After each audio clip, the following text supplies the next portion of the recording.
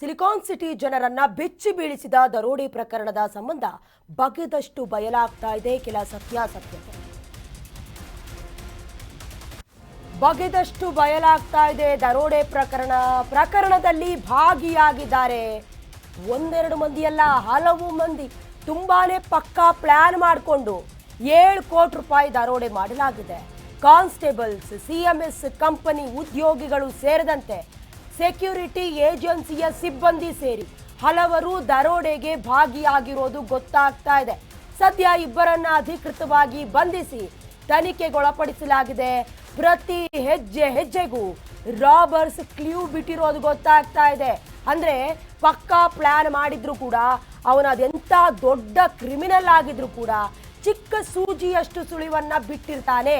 ಅದು ಆತನ ವೀಕ್ನೆಸ್ಸೋ ಅಥವಾ ಜಗಜ್ಜಾಗಿರಾಗಿರುವಂತಹ ಸತ್ಯಾಸತ್ಯತೆನೋ ಗೊತ್ತಿಲ್ಲ. ಸದ್ಯದ ಮಟ್ಟಿಗೆ ಬೆಂಗಳೂರಿಗರನ್ನೇ ಬೆಚ್ಚಿ ಬೀಳಿಸಿದಂತಹ ಹಾಡು ಹಗಲ ದರೋಡೆ ಸುಮಾರು 7.11 ಲಕ್ಷ ಕೋಟಿಯಷ್ಟು ದರೋಡೆ ಪ್ರಕರಣದ ಸಂಬಂಧ ಮೊದಲನೇದಾಗಿ ನಿನ್ನೆ ಕೇವಲ 24 ಗಂಟೆ ಒಳಗಾಗಿ ನಮ್ಮ ಕರ್ನಾಟಕದ ಪೊಲೀಸರು ಆ ದರೋಡೆಕೋರರ ಪೈಕಿ ಇಬ್ಬರನ್ನ ತಿರುಪತಿಯಲ್ಲಿ ಅರೆಸ್ಟ್ ಮಾಡಿಕೊಂಡು ವಶಕ್ಕೆ ಪಡ್ಕೊಂಡು ಕರ್ಕೊಂಡು ಬಂದರು. ಎನ್ಕ್ವೈರಿ ಮಾಡ್ತಾ ಇದ್ದ ಸಂದರ್ಭದಲ್ಲಿ ಅವರೆಲ್ಲರೂ ಕೂಡ ಬೆಂಗಳೂರಿಗರು ಅಥವಾ ಆಸುಪಾಸಿನವರು. ಎಲ್ಲವನ್ನ ಕೂಲಂಕುಷವಾಗಿ ನೋಡಿಕೊಂಡೆ. ಅಲ್ಲಿ CCTV ಇಲ್ಲ, ವೆಹಿಕಲ್ಗಳು ಸ್ಪೀಡಾಗಿ ಹೋಗ್ತಿರ್ತವೆ, ಜೊತೆಗೆ ಅಲ್ಲಿ ಯಾವುದೇ ಮಾಹಿತಿಗಳು ಕೂಡ ಬೇರೆಯವರಿಗೆ ಲಭ್ಯ ಆಗೋದಿಲ್ಲ, ಅನುಮಾನಗಳು ವ್ಯಕ್ತವಾಗೋದಿಲ್ಲ ಅನ್ನೋದನ್ನ ಟಾರ್ಗೆಟ್ ಮಾಡಿಕೊಂಡು ಪಕ್ಕಾ ಪ್ಲಾನ್ ಮಾಡಿದ್ರು. ಆದ್ರೇನ್ ಮಾಡೋದು, ಅಚಾನಕ್ ಆಗೋ ಅಥವಾ ಆಕಸ್ಮಿಕವಾಗೋ ಕೆಲವೊಂದಷ್ಟು ಎವಿಡೆನ್ಸ್ ಬಿಟ್ಬಿಟ್ಟಿದ್ದಾರೆ. ದೃಶ್ಯದಲ್ಲಿ ಗಮನಿಸ್ತಾ ಇದ್ದೀರಾ. ಈಗಾಗಲೇ ಕೆಲವೊಂದಷ್ಟು ದರೋಡೆಕೋರರನ್ನ ಅರೆಸ್ಟ್ ಮಾಡಿ ತನಿಖೆಯನ್ನ ಒಳಪಡಿಸ್ತಾ ಇದ್ದಾರೆ. ಸಂಬಂಧಪಟ್ಟಂತೆ ಮೊನ್ನೆಯಿಂದಲೇ ಬೆರಳಚ್ಚು ತಜ್ಞರು ಹಾಗೆ ಸೋಕೋ ಟೀಮ್, ಪೊಲೀಸರು, ಡಾಗ್ ಸ್ಕ್ವಾಡ್ ಎಲ್ಲವನ್ನ ಕೂಡ ಮುಂದಿಟ್ಕೊಂಡು ಮಾಹಿತಿಯನ್ನ ಕಲೆ ಹಾಕುವ ಕೆಲಸವನ್ನ ಮಾಡ್ತಾ ಇದ್ದಾರೆ. ಒಂದಷ್ಟು ಜನರನ್ನ ಎಂಕ್ವೈರಿ ಮಾಡ್ತಾ ಇರುವಾಗ ಸತ್ಯಾಸತ್ಯತೆ ಒಳಗೆ ಬಂದಿರೋದು, GPS ಅನ್ನ ಆಫ್ ಮಾಡಿರೋದು, DVR ಅನ್ನ ಕಳ್ಕೊಂಡು ಹೋಗಿರೋದು ಅಥವಾ ಕದ್ದು ಹೋಗಿರೋದು ಎಲ್ಲವೂ ಕೂಡ ಬಯಲಾಗ್ತಾ ಇದೆ. CMS ಹಳೆ ಸಿಬ್ಬಂದಿಯ XVR ಪೊಲೀಸ್ ವಶಕ್ಕೆ ಸಿಕ್ಕಿದೆ.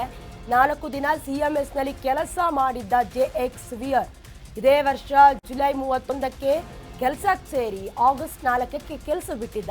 ಯಾವುದೇ ಮಾಹಿತಿಯನ್ನ ನೀಡದೆ ಕೆಲಸ ಬಿಟ್ಟಿದ್ದ XVR ಅಶೋಕನಗರದ ಶಾಂಪುರದಲ್ಲಿ XVR ವಾಸವಿದ್ದ.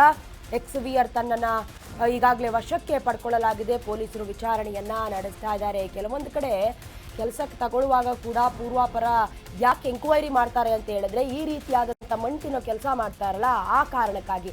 ರಾಬರಿ ಪ್ರಕರಣದ ಸಂಬಂಧ ಒಟ್ಟು 8 ಜನರನ್ನ ವಶಕ್ಕೆ ಪಡ್ಕೊಳ್ಳಲಾಗಿದೆ. ಚೆನ್ನೈಯಲ್ಲೂ ಕೂಡ 5.30 ಕೋಟಿ ರೂಪಾಯಿನ ವಶಕ್ಕೆ ಪಡ್ಕೊಂಡಿದ್ದಾರೆ. ಉಳಿದ ಹಣದ ಜೊತೆ ಎಸ್ಕೇಪ್ ಆಗಿರುವವರು ಯಾರ್ಯಾರಿದ್ದಾರೆ ಶೋಧ ಕಾರ್ಯಗಳು ಕೂಡ ನಡೀತಾ ಇದೆ. ಇನ್ನು ರಾಬರಿ ಪ್ರಕರಣದ ಸಂಬಂಧ ಒಬ್ಬರಲ್ಲ ಇಬ್ಬರಲ್ಲ ಹೇಳ್ಬೇಕಂದ್ರೆ 8 ಜನನೂ ಕೂಡ ಅಲ್ಲ.